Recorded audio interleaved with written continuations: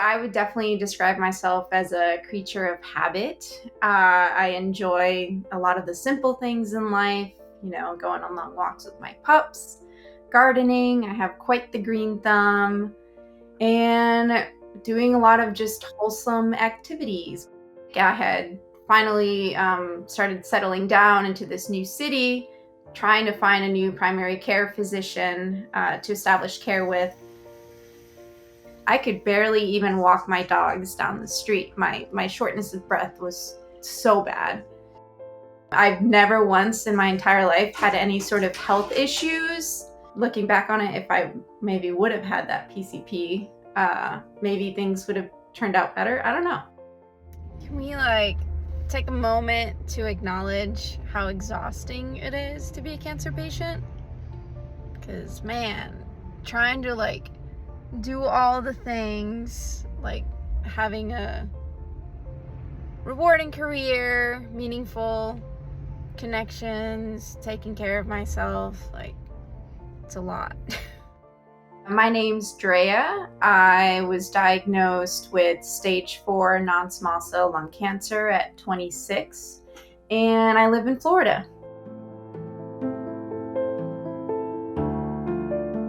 It began with the DVT, which is a blood clot that resulted in a swollen ankle. And at the time, it didn't make sense to me because there were no known injuries. I hadn't fallen, I didn't trip or anything. I had gone to urgent care that then sent me to the ER, and then they discovered that it was for sure a blood clot. So they put me on thinners. Following that, I kept having these sort of mysterious symptoms. Among them, just bruising up and down my body, extreme weight loss, and then I don't know. It felt like I was in a pit of despair. I felt like there was something off, and I don't know how to describe that feeling. And I think throughout the process of, let's see, 4 or 5 months, the symptom that started scaring me the most was the shortness of breath.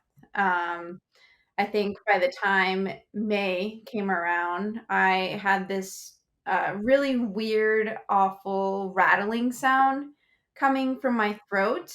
Um, Google definitely scared me when I Googled that one up.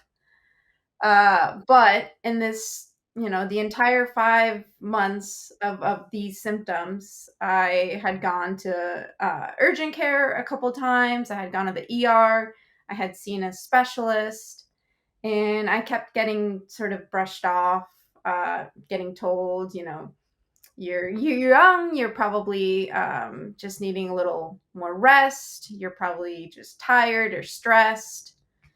Cancer or any sort of serious disease was never really mentioned. But then I remember in May going back to that same urgent care that months earlier had prescribed me an inhaler for the shortness of breath.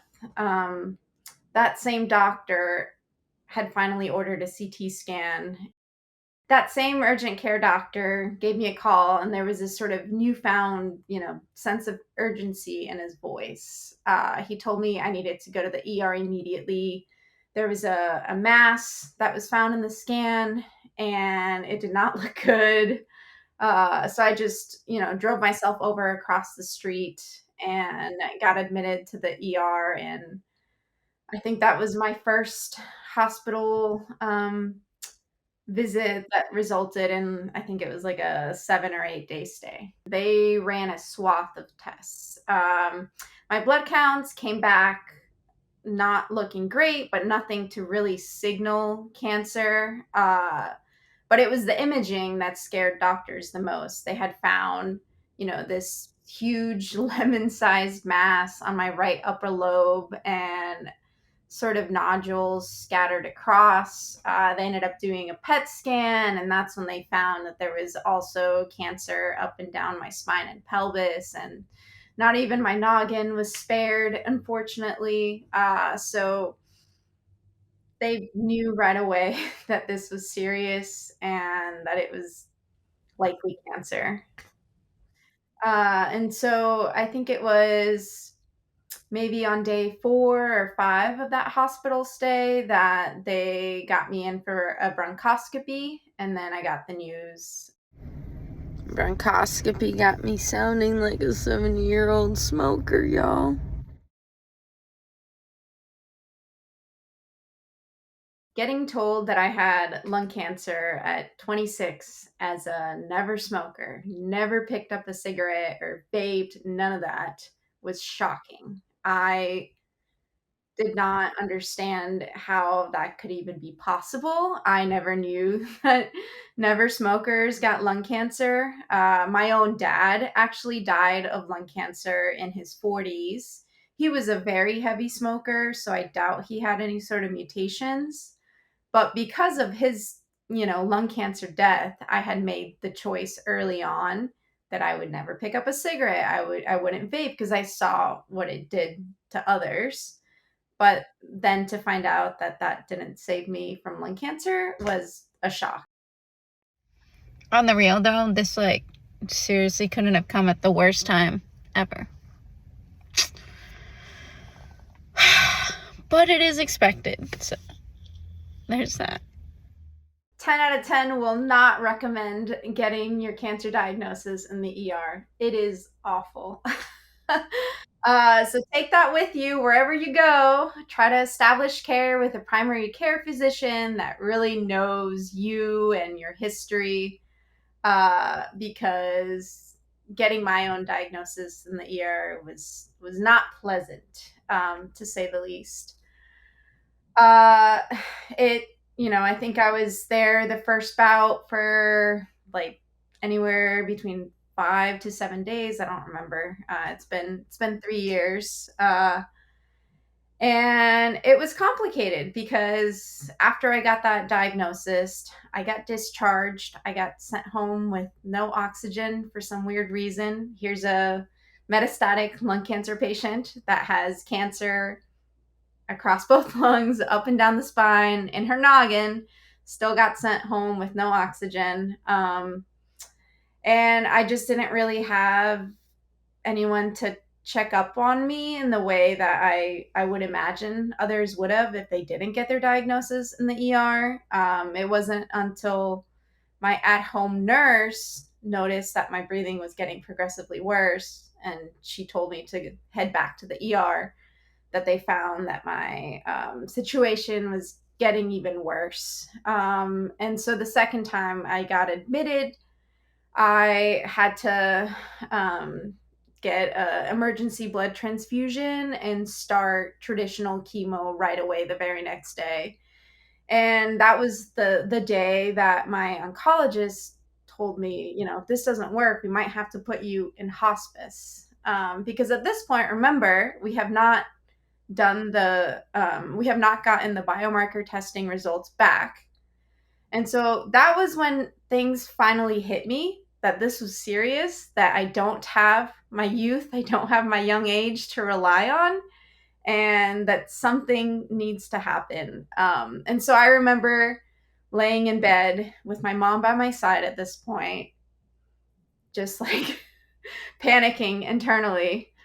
And that was when I decided to just start calling around, to see if there was a comprehensive cancer center that will take me right away, because I did not want to be put in hospice.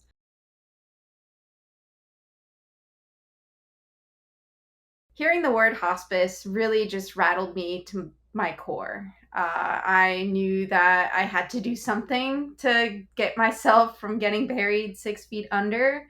And so I started calling around, trying to see, what is the next best option? What is an option that is more familiar with these rare type of lung cancers? At the time, I didn't know that I had ROS1 because we were still waiting on biomarker testing. But the oncologist at the time said that it was very likely, given the fact that I never smoked and I'm so young. And so, I started calling around to this one major comprehensive cancer center in Florida. I was, in bed. It was right after that conversation with the oncologist. And I think the call rep could hear the shakiness in my voice because I was trying to talk through tears, just trying to see if there was any sort of openings in the immediate, couple weeks because things were serious. And as soon as I was discharged, I needed to seek care elsewhere to see what other options I had. And luckily, the lady found me an appointment, and I was able to get in on a timely manner. I think it was like 2 weeks later, and that's how I ended up at my second hospital.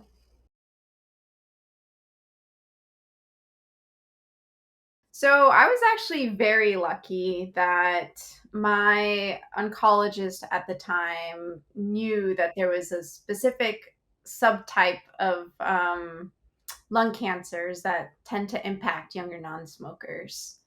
And he happened to be working that day and saw my case, and he ordered comprehensive biomarker testing right away. I think I got the results after just a couple weeks.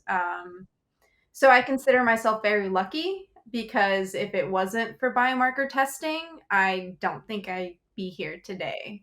It allowed me to, take targeted therapies, which have been shown to work really well with my specific type of cancer. Targeted therapies in general have truly revolutionized what it means to be, metastatic and living with lung cancer. And it's just unfortunate that there are people across this country, across the globe, that are not afforded that option because their doctors or hospital care system just may not be aware that comprehensive biomarker testing is a thing. To be frank, I was kind of all over the place, still trying to process the news. But when my oncologist at the time, mentioned that comprehensive biomarker testing could open the window to newer forms of treatments, I was like, all right, let's do it. And then when I finally got the news and I saw that I had ROS1, which tends to impact, I think it's like 2 to 3% of all non small cell lung cancer cases. I was like, great. So here's to celebrating having a mutation, I guess. Let's do it. So it was, yeah, it was an interesting time. And I think just, a couple weeks after, my brother was doing some research on my behalf, and he found this really incredible nonprofit advocacy group that does a lot to build community and share resources for people with ROS1. They're called the ROS Wonders, and they have just been a godsend to me. They showed me how to be a better advocate for myself. They've connected me with those long term cancer thrivers, and they've really showed me that you can still live a long and fulfilling life despite the fact that you have metastatic, lung cancer. So as soon as we found out that I had ROS1, it became very apparent that we had a better option than that platinum-based chemo that I had already gotten one round of. At the time, I had also gotten radiation, but there has been such incredible research out there about these targeted therapies that the best course of action at that time was to just stop chemo and just go on a TKI pill. I got about 3 years of pretty great response, pretty great quality of life on what I like to call my beloved entrectinib. It was very good to me. It kept my cancer under control, and I was able to really, wrangle my control and I was able to really wrangle my life back from cancer in a way that I never envisioned because like I said, I knew nothing about targeted therapies and what sort of quality of life that might have meant I'd have. But it was great to me for about 3 years. Unfortunately, earlier this year, I had to switch to another drug called olatinib. But thankfully, things have been going pretty well on this second TKI as well. All right, this is it. New treatment.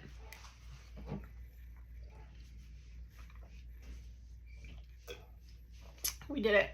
It's gotten a pretty good control on some of the new lesions that have popped up, and I'm still able to live a relatively normal life. I have a couple annoying symptoms, but they're still manageable. Everyone's different. Everyone's going to react differently to each drug. We may have the exact same cancer with the exact same lesions and other, comorbidities, but we may still react differently to whatever drug we're taking. I consider myself pretty blessed because I seem to be a fairly good responder to TKIs. I don't deal with any sort of debilitating symptoms. I know that that's not the case for a lot of other Ross Wonders. Unfortunately, I wish it was. But so far, everything that's been thrown at me has been manageable. And so, like I mentioned earlier, I've been able to get back to my old life. I go, I climb a lot, I bike, I'm able to take my dog on long walks, I'm able to be out in the sun and garden. I'm a very big beach bum, true Floridian, and I have, TKIs to thank for that. I will say a lot of people tend to fear, the idea of clinical trials because they like to think, I don't want to be a lab rat. I don't know what sort of outcomes I'm going to see if I join a clinical trial studying a very new drug. But the thing is that there's a lot of incredible treatments out there that are, revolutionizing what it means to live with these sort of subtypes of lung cancer, whether it's ALK, EGFR, or ROS1, like what I have. These therapies, they're exciting. They've shown a lot of great promise. A lot of times, these drugs are being tested for years in a clinical trial setting, and there is early data that you can glean from and decide if that's a good option for you at the time. I know that as soon as I run out of FDA approved TKI drugs, that I will gladly join a clinical trial. In fact, I was really interested in joining one this year, but things didn't work out for one reason or the other. But if I'm ever at a point where I do run out of TKI lines, I will gladly volunteer for science and to, help the next lung cancer patient get access to even better drugs in the future. Navigating cancer in your 20s and 30s is incredibly messy. It is chaotic. It is a roller coaster. You go through so many loops. It's complicated. I mean, I'm not going to deny that. I'm also just really tired. It's like 3 years of the, ups and downs. I'm tired. It's not this like easy feat. I'm metastatic, which has caused me to grow up in a lot of different ways. But even, for people that have been diagnosed at earlier stages, it is life changing. Just because treatment wraps up and your hair grows back and you're in remission or you're cured does not mean that your life goes back to normal or that you're even the same person you were the day that you were diagnosed. So it is complicated, and I try to remind every cancer patient that I meet to just give themselves grace. It is a work in progress. I am 3 years out, 3 years into survivorship, and I am still learning what it means to live with metastatic cancer and to live each day as if I'm living, not as if I'm dying. Metastatic fam. Do routine imaging appointments ever get any easier? Or should I just count down spiraling every 2.5, 3 months? Let me know. Honestly, I try to just make the most out of whatever time I have left. If it is 3 months, if it is 3 years, if it is 6 years, well, let's pray on 6 years. I will take 6 years happily. But yeah, I like to treat every day like a new day. If I'm having a crappy day, or just the type of day where you just don't want to get out of bed and you're just stuck doom scrolling on your phone, I try to remind myself tomorrow's a new day. And I used to just like get stuck on all the what ifs, and then all the different sort of like what ifs, like what if I spoke up sooner? What if I pushed for answers sooner? Would my life have been differently? Would my cancer have been caught, when it was stage 2 or 3 instead of stage 4? But at the end of the day, what does that do for you? What is thinking about, the crappy cards that you were dealt day after day? What does that do for you? And so I try to just remind myself to just, focus on the things that I can control, and that is what my life moving forward is going to look like. And whether that's for 3 months, 3 years, or however long, I know that I just want to make the most of each and every day.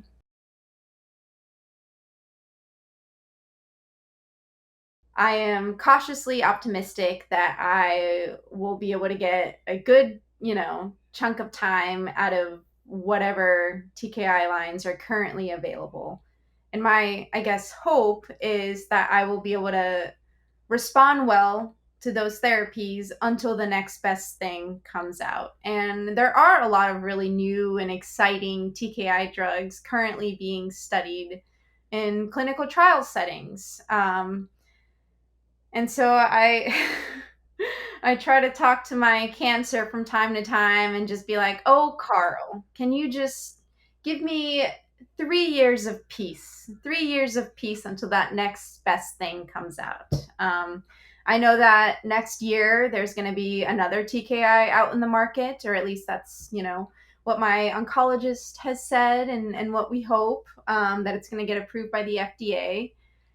And so I you know, try to count my blessings every day and try to beg Carl from time to time to just behave for a little longer, and just go from there. I like to view my cancer as like this insidious roommate that just does not pay rent, that has been uninvited, and just, like, what is the most awful name you could give that imaginary roommate? And the first name that came to mind is Carl. So his name is Carl.